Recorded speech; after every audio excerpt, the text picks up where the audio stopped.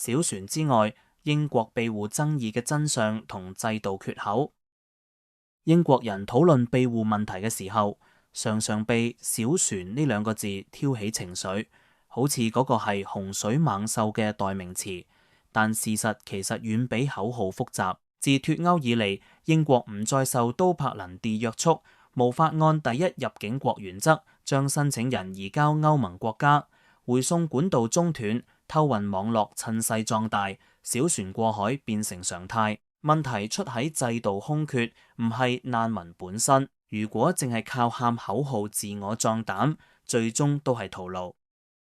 內政部數據顯示，截至2025年6月嘅一年內，約一半申請人經不規則路徑抵英，仲有37%以學生、工作或者訪客簽證入境，仍然喺有效期內喺境內申請庇護。換句話講，不少人係合法入境之後，因為局勢惡化或者個人風險增加而依法求助。部分香港居民持特區護照，以免簽短期訪客身份入境之後，亦有啲人喺英國境內遞交庇護申請。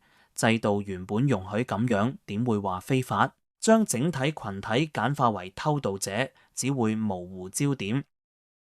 再睇裁決結果，根據國會圖書館嘅長期統計，近年各申請年度經上訴同覆核之後，約2/3最終獲得難民身份或者其他保護類居留。呢組數字說明，大多數申請人符合日內瓦公約標準。如果仲有人堅稱多是假難民，咁問題唔喺事實，而喺偏見。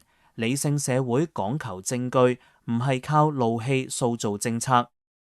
至於開支問題，坊間誤會更加深。以2024-25年度計，公共開支總額約1英鎊，28便是萬億，庇護支援淨係40英鎊億，佔0.31%。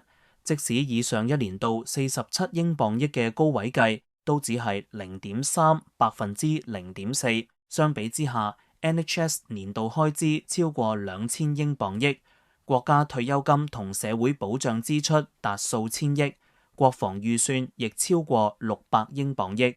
庇護相關開支喺宏觀財政中微不足道，更重要嘅係其中大部分屬於對外援助 Official Development Assistance（ODA） 項目。根據國際準則，ODA 只能用於援外支出，唔可以轉作國內用途。換句話講，即使削減呢筆開支，都無助增加國內教育、醫療或者交通嘅預算。真正昂貴嘅其實係行政拖延同酒店安置，而唔係難民本身。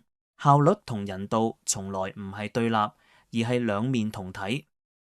小船危機之所以惡化，根源仍然喺制度。脫歐後嘅英國孤立於歐洲庇護體系之外，移交同家庭團聚條款都成咗歷史。依家靠雙邊安排維繫，規模有限，預期唔穩。當制度鬆動，非法網絡自然壯大。如果唔修補結構，淨係靠政治姿態同煽情口號，徒添成本，無濟於事。更值得警惕嘅係，輿論滑向極端，妖魔化庇護者，往往係排外浪潮嘅前奏。當社會習慣用威脅同負擔形容呢班脆弱嘅人，下個目標可能係合法移民，再者係非本土出生者。最終滑向族裔同膚色。歷史一次次證明呢條路走到盡頭，只剩分裂同怨恨。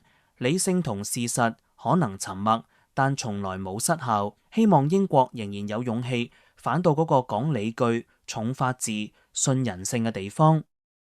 如果你中意呢條影片，請按讚同訂閱胡思動明頻道。下次再見。